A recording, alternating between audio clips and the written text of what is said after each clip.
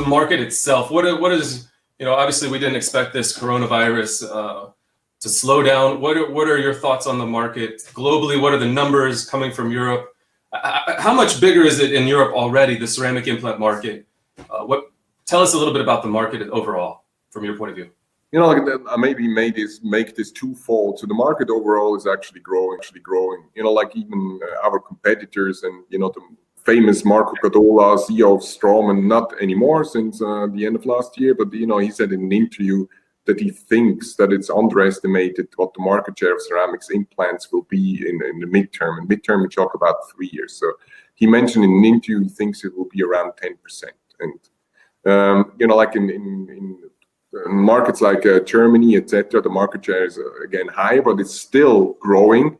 And I can tell you, since I started here, what's going on within the last 18 months with people interested in ceramics implants or want to distribute ceramic implants. It's actually going through the roof. So development is very, very positive, which I think is great also for patients and dentists because it offers new possibilities.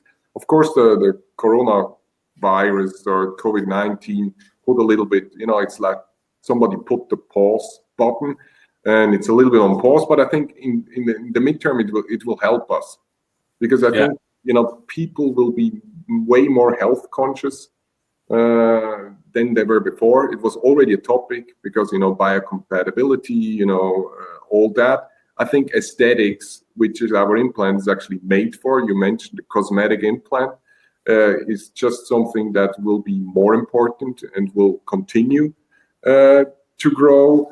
And I think we have Whole Foods market, right? That's the client that typically seeks out once and is willing to pay the premium, frankly, for a ceramic implant currently in the United States. And I don't see that market going. I expect that to continue to increase. You want to trust the products that you're purchasing and make sure that it's the best, healthiest thing for you. And the other thing that you and I were talking about before we got online is, I didn't spend that much time on these web calls before staring at my face, right? I think more and more people are now paying attention to the cosmetics of their face. And whereas that little gray line here from a titanium implant bothered them, now it's taken to an extreme because they're sitting on Zoom conferences, they're on web calls all day long, and they're nitpicking their faces more and more.